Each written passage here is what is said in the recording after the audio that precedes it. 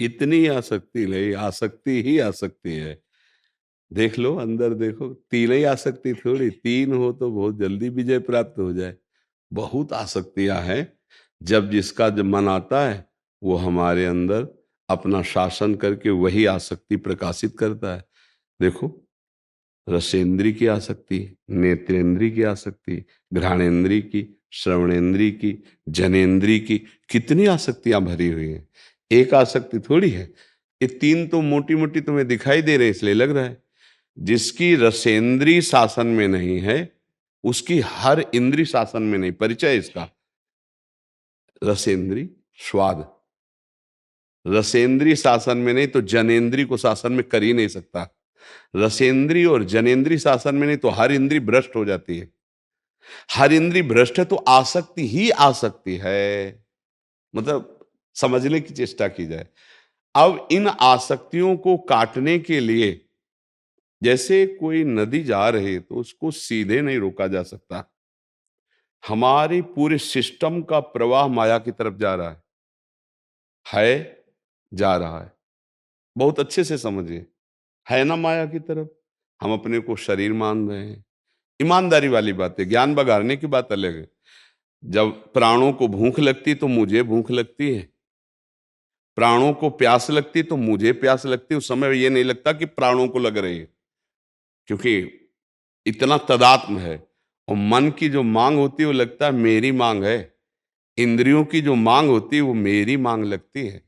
बहुत सिस्टम गलत हो गया है, माया के प्रवाह में बह रहा है। अब उसको सीधे नहीं रोका जा सकता। पक्का समझना कि आज से हम कसम खाते हैं, सबको तुम्हारी कसम वसम सब बह जाएगी।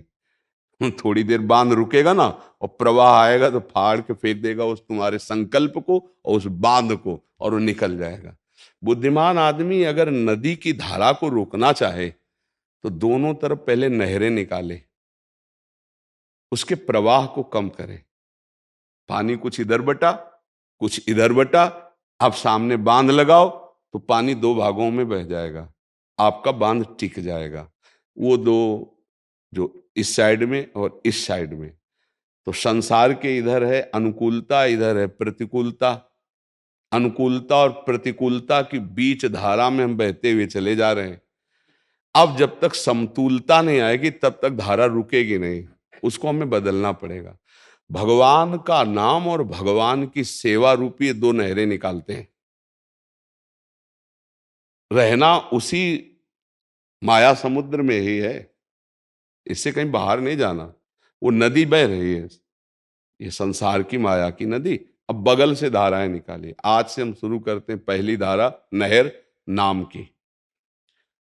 राधा राधा राधा राधा राधा। दूसरी धारा सेवा की। घर में ठाकुर जी विराजमान करो और सबके हृदय में ठाकुर जी हैं, ऐसी भावना करो। माता पिता पति पत्नी पुत्र परिवार मोहल्ला गांव राष्ट्र विश्व, हमको इतना विस्तार करना पड़ेगा। एक सेवा और एक नाम जप। सेवा शब्द का थोड़ा अर्थ समझ लीजिए, जिसमें किसी से कुछ लेने की बदले की भावना, उसे सेवा नहीं कहते। अगर हम माता पिता की सेवा कर रहे हैं, हमारे अंदर ये भावना है कि माता पिता के पास कोई रिश्ते नातेदार पड़ोसी आया और वो हमारी बड़ाई ना करके हमारी निंदा किए, तो हमारी वो सेवा नहीं मानी जाएगी। जब अगर हम उनकी उस तरह से पुनः सेवा नहीं करते, लगेगा ना मन में कि सेवा करते हैं फिर भी निंदा करते हैं, भोगो फिर। मतलब आप बड़ाई चाह रहे थे, वो सेवा नहीं थी। सेवा जिसके करने के बाद लौटकर थैंक यू धन्यवाद सुनने की भी इच्छा ना हो। नहीं लोग कह रहे, कोई काम हुआ तो बोले ना, अंग्रेजी में बोले थैंक यू, हिंदी में बोले धन्यवाद, कि कम से कम धन्यवाद तो दे देते। उसे सेवा नहीं कहते। ना हमें ठाकुर जी से मांगना है और ना हमें किसी और से मांगना है। तो आप देखोगे ना मांगने से हुआ क्या, आपके अंदर जमा हो गई आध्यात्मिक शक्ति, सेवा शक्ति, नाम शक्ति। अब इस शक्ति ने तुम्हारी सारी आसक्ति को बांध दिया। जो आसक्ति की धारा जा रही थी ना, एक दिन देख लेना, जहां नाम का रंग चढ़ता है, सेवा का बल हृदय में जागृत होता है, तो विषय भोग निद्रा, हंसी, जगत प्रीति, बहुबात, ये 5 चीजें बिल्कुल फीकी लगने लगती हैं। ये पहचान है नाम जप की और सेवा की। कोई भी विषय भोग, चाहे रसेंद्री को चाहे जनेंद्री को, अच्छा नहीं लगेगा, क्योंकि अच्छा नहीं है। हम केवल जो चिंतन करते हैं जब उसका, कि ऐसे से ऐसे तो बड़ा सुख मिलेगा, और फिर जब वही चिंतन के अनुसार क्रिया करते हैं तो हमें चिंतन होने के कारण सुखानुभूति होती है, उस क्रिया में सुख नहीं है। विश्वास करना। नहीं तो हमने कई बार एकांतिक में कहा है कि जैसे तुम्हें कहा जाए कि हर भोग भोग लो, शाम के गोली मार दी जाएगी, और तुम्हें पक्का है कि शाम के गोली मार दी जाएगी, फिर हमें विश्व के हर भोग भोग के बताओ तुम्हें किस में सुख मिला। क्यों भैया, क्रिया तो वही कर रहे हो ना, खान पान सब करके देख लो। बोले कैसे, शाम की गोली मार दी जाएगी, तो चिंतन नहीं बनेगा ना। चिंतन तो बन रहा है, शाम की गोली मार दी जाएगी, तो इसलिए किसी में सुख नहीं मिला। तो भोगों में सुख है या चिंतन में सुख है? चिंतन में। अगर विषय चिंतन ना बने और वो भगवत चिंतन चल जाए तो कोई भी विषय भोग तुम्हें बांध नहीं सकता। देह रहते हुए विदेह स्थिति का समझते हो, यही मतलब। चिंतन खत्म, चिंतन परमात्मा में, तभी समस्त आसक्तियों पर विजय प्राप्त की जाएगी। तो दो बात पकड़ लो। पहला है नाम जप, राधा राधा राधा हर समय, और दूसरा है सेवा। थोड़ी देर अपने घर के मंदिर में ठाकुर जी विराजमान, उनकी सेवा, फिर परिवार की सेवा, फिर समाज में जो तुम्हें कर्तव्य पद मिला है, कोई सैनिक है, कोई व्यापारी है, कोई किसान, वो सब भगवत सेवा। आपका व्यवहार सबसे पवित्र, मृदु और भगवत भाव से हो तो नाम जप और सेवा से सबकी आसक्ति हटी जाएगी। अगर एक छोटा व्यसन पड़ गया तो आप उसे नहीं छोड़ सकते, फिर बड़ी बड़ी आसक्तियां शरीर की, परिवार की, मोह की।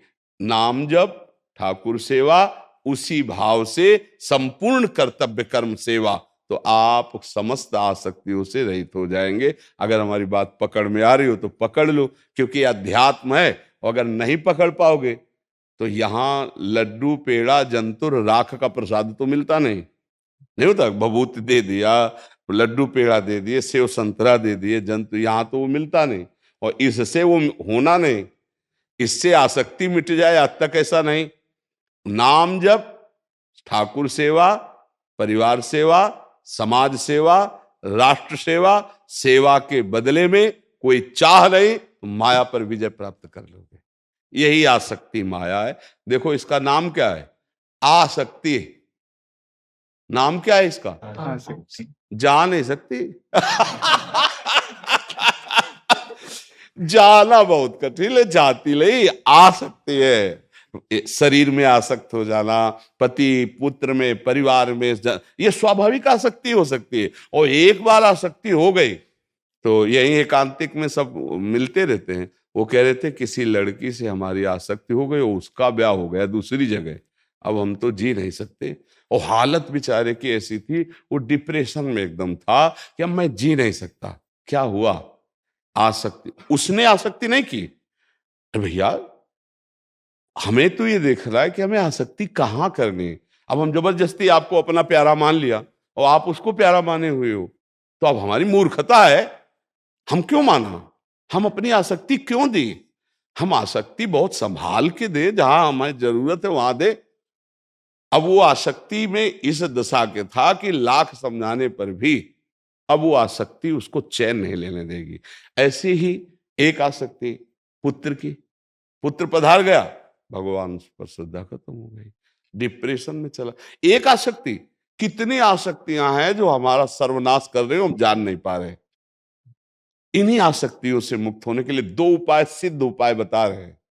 सब में भगवत भाव करके, जिससे जो हमारा धर्म पूर्वक कर्तव्य है उसका कर्तव्य कर्म करें, घर में ठाकुर सेवा विराजमान करें, नाम जप करें, सब हो जाएगा। चाहे जितना ज्ञान बघारो, रहना इसी शरीर में है, आसक्ति भोगों में है, वो ज्ञान काम नहीं करेगा। मैं शरीर नहीं हूं, ये जपते रहोगे और पहुंच जाओगे वहीं जहां पाप होता है। हमारी बात समझना, ज्ञान जो है वो बोलने की चीज नहीं, वो स्थायी अंदर आने की चीज है। वो बिना भजन के आएगी नहीं, बिना भजन के टिकता नहीं। अच्छा ये बताओ, विश्व में किसको ज्ञान नहीं कि मरेगा?